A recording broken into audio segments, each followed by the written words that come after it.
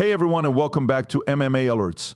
Today let's start with Charles Oliveira being asked for video by the MMA community. Charles Oliveira, the former lightweight king who lost to Arman Tsarukyan at UFC 300, seems to be in a good mood while he thinks about what he should do next.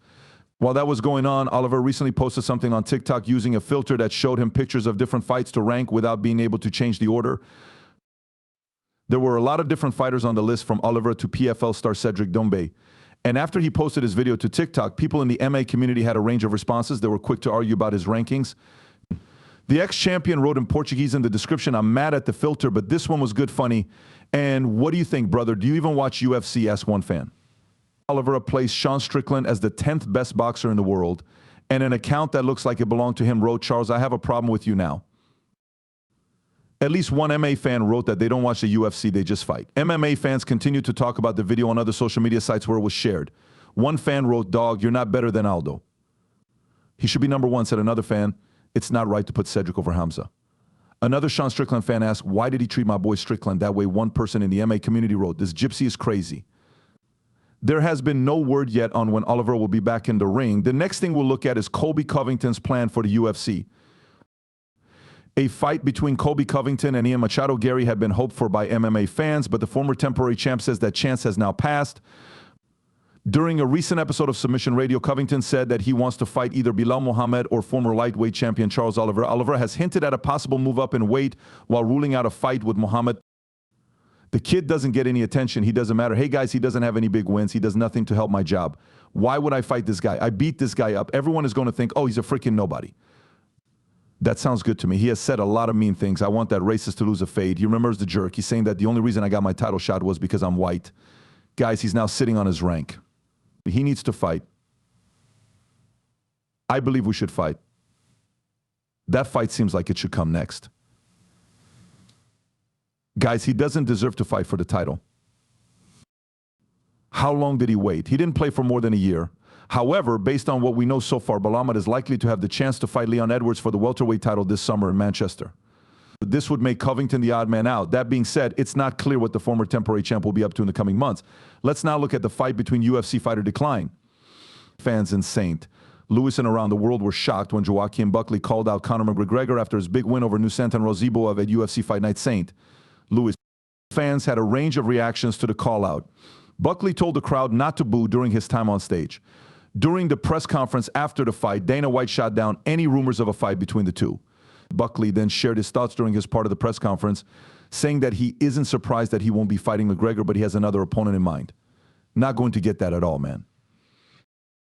But why not take a chance? Now that I've done it before, I thought, why not make the biggest call out I can make? What will happen if Michael Chandler doesn't show up for the fight? There will be a new face. You are ready in real life. Yes, man. Facts. Gilbert Burns, I enjoy the fight very much. The two are a great match. There's no telling when he'll be cleared or ready, but Gilbert Burns is for sure. As part of a recent show, Burns talked about the call out. Let's do it. From my point of view, I can't call anyone out or pick and choose who to call out. Okay, I'm number, 6? I think it's 6 now. I'm not sure if they send me, I'll say yes or no. I never turned down a fight. I have no plans to start doing. After seeing the video, Buckley replied, UFC called me for a fight, which seemed to imply that the UFC had already asked him to fight Ian Gary. Because MF, they offered God plants, but this easy money, I said no.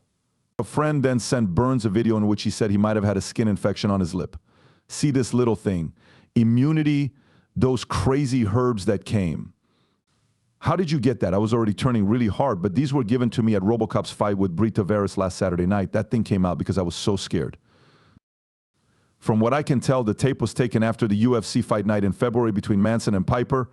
In spite of that, Buckley wrote back, "Bro, not much is known about when this fight might happen between these two people yet."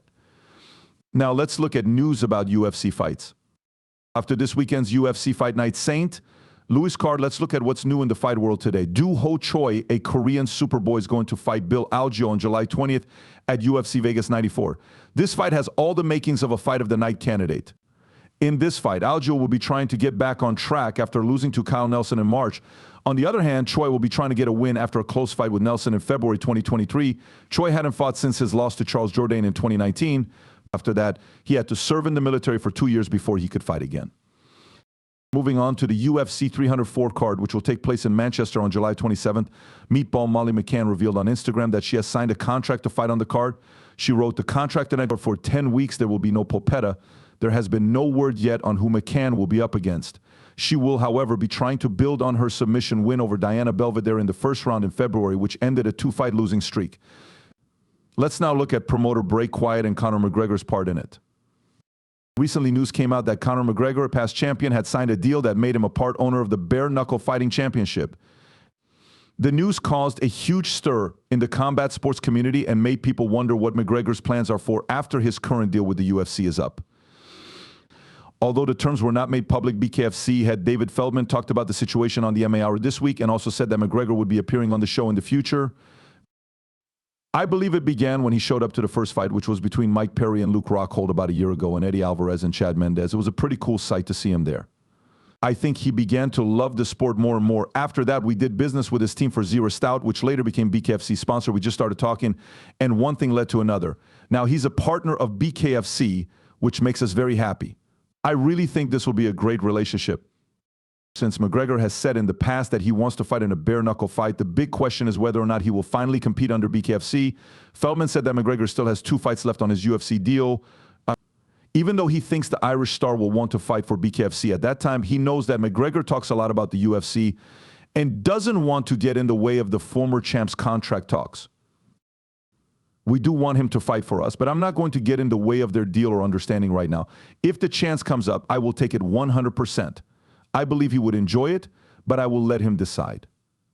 With McGregor's return coming up quickly and only one more fight left on his deal after his fight with Michael Chandler, things will be interesting in the future.